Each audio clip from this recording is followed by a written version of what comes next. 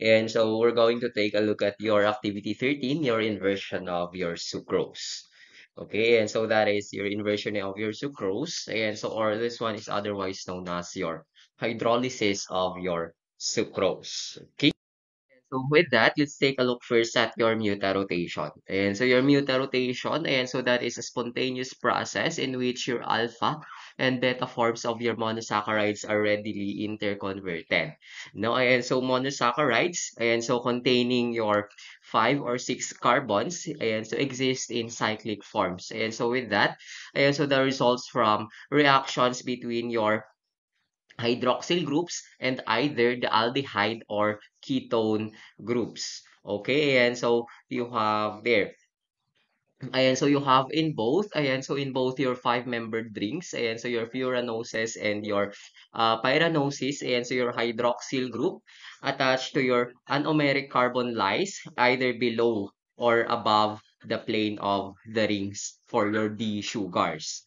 Again, ayan, so in both your five-membered drinks, you have your furanose and then your six-membered drinks, ayan, so your pyranoses, ayan, so the hydroxyl groups the hydroxyl group attached to your anomeric carbon lies either below, ayan, so that is for your alpha, and above, ayan, so that is for your beta.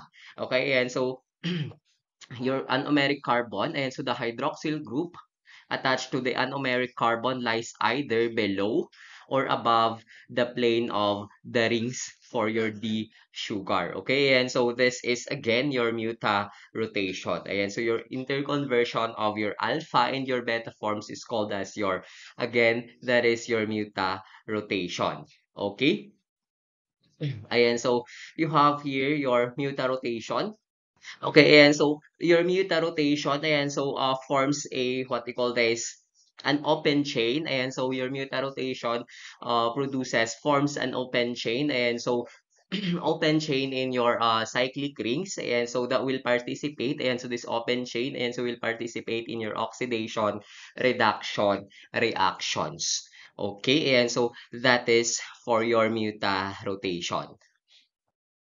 Okay, and so your change in the specific rotation of your plane polarized light is exhibited by an optically active substance. And so that is, for example, your sugar. And so they have the ability to what you call this, change the specific rotation of your plane polarized light. Okay, and so optically active substances, and so again, they have the ability to rotate the plane polarized light. And so in change into the optical rotation that occurs when an anomeric carbon in a sugar molecule undergoes a shift between two different stereochemical forms. Okay, and so let's take a look at your mutarotation of your alpha D glucose. Okay, and so your mutarotation of your alpha D glucose, and so the rotation of alpha D glucose is at plus 113.0. Okay, and so for your beta D, and so that is at plus 19. Okay, and so we'll take a look at this one at your positive 113 at the positive and the negative uh signs here later. Okay, and so when dissolved in water in trace of base, and so in trace of base, rotation of your this sugar becomes constant at 52.0. Okay, and so for your fresh solution of your beta fructose, and so the muta rotation is at negative 135.5. And so standing solution of your alpha fructose is negative 21.0. Ayan, so the equilibrium is at 92.3. Okay, and so that is for your mutarotation of your glucose. Again, and so for your mutarotation, and so that is again the ability of a substance to rotate a plane polarized light. Okay, and so let's take a look at your invert sugar. Okay, and so your hydrolysis of your sucrose will actually yield you your invert sugar. Okay, and so what is an invert sugar? And so your invert sugar, and so it rotates your plane polarized light in the opposite direction than your sucrose. And so your sucrose, and so it does not rotate your plane polarized light. Okay? Ayan, so your inversion or the hydrolysis of your sucrose, and so will actually change in the rotation of your plane polarized light. Ayan, so with that, ayan, so accordingly, your glucose and your fructose, the products of your sucrose hydrolysis, ayan, so will rotate your plain polarized light, okay? And so for your glucose, ayan, so the product of your, one product of your sucrose hydrolysis is your glucose, and so with that, and so it rotates your plain polarized light in your clockwise direction. Ayan, so it rotates your plain polarized light in your clockwise direction, or that is otherwise known as your dextrorotatory. And so that is otherwise known as your dextrorotatory, or that is it rotates at the the right. And so it rotates to the right, no? And so and in your dextrorotatory, and so that is denoted by a positive sign. Okay, and so as well, earlier, and so we have your glucose and your fructose. And so your glucose, for your rotation of your glucose is at positive 113, while for your fructose earlier, that is at negative. Okay, and so let's take a look at your fructose. Okay, and so your fructose, it rotates your plane polarized light in counterclockwise direction. And so that is to the left. And so you have your, for your levorotatory, counterclockwise or to the left. And this one is denoted by a negative sign. Okay, and so this one is denoted by a negative sign. And so the mixture of glucose and fructose will cause a change in the direction of your polarized light. Okay? Ayan, so again, your glucose, that is dextrorotatory. And so it is your right-handed, and it is denoted by a positive sign. Your fructose, that is levorotatory, counterclockwise direction or left-handed, and so denoted by a negative sign. Okay? Ayan, so you have here actually your optical inversion that happens in your inversion of your sucrose. Okay? Okay, and so I wish we have experiments regarding this optical properties of your of your monosaccharides, of your sugars, for us to appreciate more this polarized light things. Okay, and so let's take a look at your hydrolysis of your lactose and your maltose. Okay, and so these two, and so they are disaccharides. Again, they have two monosaccharides. They are made up of two monosaccharides, no? Okay, and so you have your lactose, and so hydrolysis and the addition, and so splitting of your molecules with the aid of your water, and so will produce your glucose and galactose. And so you have 1 unit of glucose and 1 unit of galactose. Okay, again, and so your disaccharide lactose, and so that is found in your milk. And so when broken down, and so when hydrolyzed in the presence of water, it will give you your 1 molecule of glucose and 1 molecule of galactose. And then for your maltose, and so this one is a disaccharide again, made up of two glucose molecules. Okay, and so when water will split your maltose, and so it will produce individual units of glucose. And so it will produce two individual units of glucose. And so that is for the hydrolysis of maltose. And so let's take a look at your relative sweetness of your sugar. Okay, and so just for your information, and so your sugar, and so that is that is actually a generic term to your carbohydrates with sweet taste. Okay, and so your fructose here, and so that is actually your sweetest of all your sugars, and so this one is otherwise known accordingly as your levulose, and your lactose, that is the least sweet. No? Okay, and so you have your fructose at 173.3. And so you have your relative sweetness of your sugars basing on a standard of 100% for your sucrose. Okay, and so you have your fructose at 173.3%, your invert sugar at 127 to 130%, and then your sucrose at 100, your glucose at 74.3, and then your maltose at 32.5, and then your lactose at 16%, and so giving you it as the least sweet. Okay, and so your invert sugar, and so is a mixture of equal parts of glucose and fructose. And so that is formed by hydrolyzing your sucrose. Okay, and so your invert sugar is sweeter than your sucrose due to the higher sweetness of your fructose present. No, and so this table here is actually different from your module. Okay. And so let's take a look at the reducing property of your sucrose and your invert sugar. Okay, and so your sucrose is a non-reducing sugar. Again, your sucrose is a non-reducing sugar. And so the aldehyde group of your glucose is linked accordingly with the ketone group of your fructose. And so there is no free aldehyde or ketone group in your sucrose. Okay? And so because your aldehyde of your glucose is linked with your ketone group of your fructose. Okay. And so while comparing it to your invert sugar, and so your fructose and glucose have actually a liberated ketone and aldehyde groups respectively.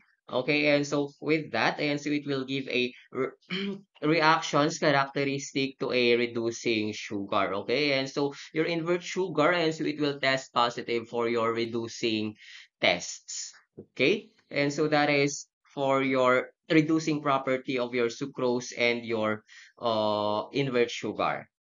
For your Sullivanov's test. Okay, and so your Sullivanov's test again, and so this is a specific test for your ketose sugars. And so it will detect your ketone group present in a carbohydrate, in free ketone group present in a sugar. Okay, and so with this, and so your Silimanov's test, and so when you test your sucrose using your Silimanov's test, it will give a negative result. Again, there is in your sucrose, there is no free aldehyde or ketone group. Okay, and so comparing it to your invert sugar, and so it possesses your uh fructose, and so it has your fructose, and so your fructose is a ketose sugar, and so thereby it will give a positive result to your Silimanov's test, and the positive result is the production of your red precipitate. Okay. And so that is for your Silimanov's test of your sucrose and your invert sugar. And basing on the optical property, a comparison between your sucrose and your invert sugar, and so your sucrose does not rotate your plane polarized light, and your invert sugar, and so it rotates your plane polarized light. Okay, and so that is for your optical property of your sucrose and your invert sugar. And so let's take a look at your carbohydrates again. And so your total elimination accordingly of carbohydrates is not really advisable. Okay. And so think of it, ayan, so your sources of your carbohydrates. Okay, and so let's take a look first at your importance of your carbohydrates. Okay, and so your carbs, and so that is the primary source of your energy. And so, and carbohydrate is a source of fiber, dietary fiber. And then, of course, and so total elimination of your carbohydrates can cause reduction of muscle mass and production of your ketones. Okay. Ayan, so your fiber accordingly is a crucial for negative for digestive health, sorry. And so your fiber is crucial for your digestive health and helps prevent constipation. Okay. A lack of fiber in the diet can lead to your digestive issues. Okay, and so accordingly, and so it is not advisable to totally eliminate. And so if you mean totally eliminate, and so you will not be eating fruits, and so no veggies, and so your main diet for that is you have your egg, your meat, and so and what they call this protein containing foods. No, food, sorry, protein containing food. Okay, and so with that, and so it is accordingly not advisable. And so if accordingly not advisable to uh totally eliminate your carbohydrates in your diet. And so also it is important to note that every individual's body is different. No, and so before going on a such diet, and so it is advisable to consult a healthcare professional or a registered dietitian before making significant changes to your diet. Okay, especially such this total elimination of carbohydrate in the diet. Okay. Sucrose. Okay. And so your sucrose, and so when hydrolyzed in the body, and so you have your sucrase and your invertase, and so that will act on this disaccharide to produce one molecule of glucose and one molecule of fructose. Okay. And so after that, of course, it will be absorbed, and then it will go into such pathways like your glycolysis, glycogenesis, glucogenesis, and yours, of course, your cellular respiration, no? Ayan, so in your glycolysis, ayan, so glucose is converted into your pyruvate, producing your energy in the form of your adenosine triphosphate. Okay, and so your excess glucose, ayan, so can be stored in the liver and muscles in the form of glycogen. And so that is your glycogenesis. And then your pyruvate, the product of your pyruvate, and so the end product of your glycolysis, and so will undergo your cellular respiration. Okay, and so will undergo your cellular respiration in your mitochondria, and so to produce more of your energy. And then of course your glucogenesis, and so your glucogenesis, and so that is the formation of your glucose from your non-glucose hexoses. And so like your fructose, and so be converted into your glucose through the process known as glucogenesis. And so you have here a table, ayan, so of your comparing the results of your uh, sucrose and your invert sugar.